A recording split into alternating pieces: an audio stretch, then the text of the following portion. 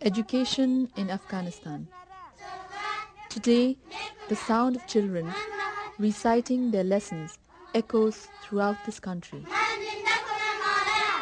It is the inspiring sound of hope, where hope, even up until early 2002, seemed impossible to imagine. In Afghanistan, nearly 30 years of war had reduced the very foundations of progress to rubble. But the fall of the Taliban in late 2001 provided a chance for peace, a chance to rebuild. For the first time in decades, the people of Afghanistan no longer focused on war. Where to start? UNICEF, as a part of the international response to the emergency, channeled its resources to familiar programs like nutrition, health, and water. But also this time, backed by strong donor commitment, a greater objective: to create education for all and make the school the center for rebuilding the community.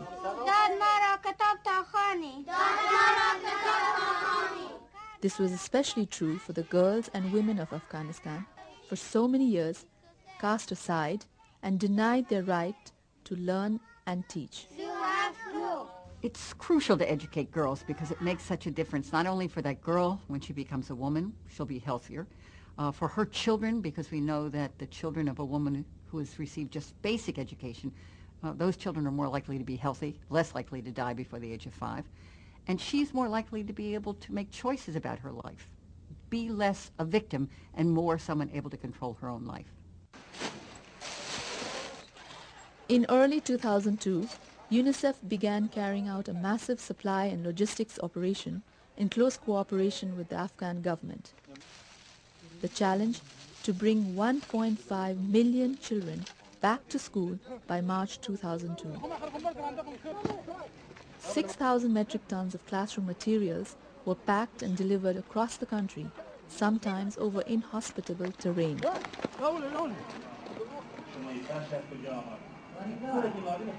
More than 60% of schools were already destroyed or damaged. UNICEF supplied over 8,000 classroom tents to replace them. Where schools could be repaired, UNICEF helped to install new doors, windows, and roofs, and provide water and sanitation services. Teacher orientation took place throughout the provinces to help thousands of teachers, especially women, strengthen their skills in time for the first day of school. All this was in place in 60 days.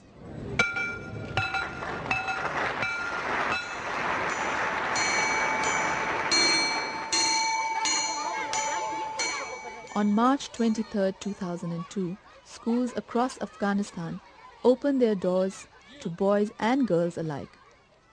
Enrollment was double the expectation, fueled by large-scale returns of refugees and the internally displaced. By the end of 2002, more than 3 million children were back in school, a third of them girls, and the numbers continue to rise. There is widespread belief that Afghanistan would not have suffered the years of turmoil if all the population had been better educated. There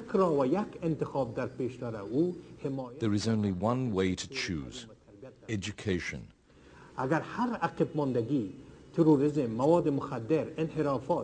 If terrorism, underdevelopment, and illiteracy are to be fought, the only way to fight them is through education.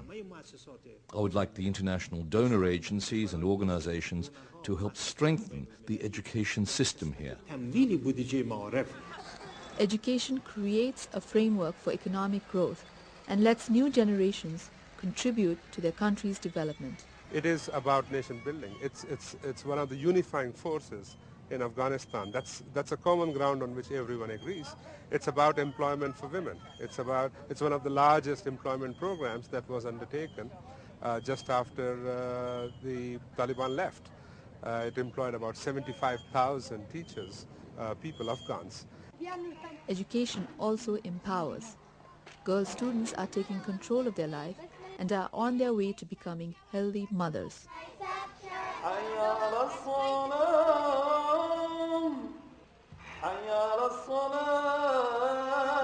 Afghanistan's religious leaders are throwing their weight behind the idea of universal education. They see its benefits as a vehicle for progress. There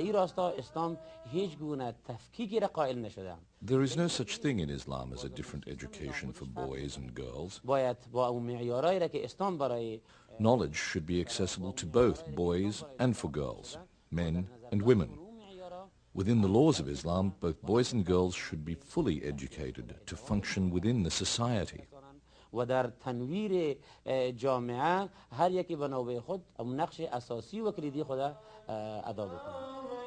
Education teaches tolerance. Today, 18 months after schools open their doors again to all children in Afghanistan, the desire for education is stronger than ever. Girls' enrollment has increased by 60% since then, and more than 4 million children were attending school by the summer of 2003. But this is only a start. There is a hunger for change, and education is widely seen as a foundation for a new beginning. The story of children in Afghanistan going back to school is far from over.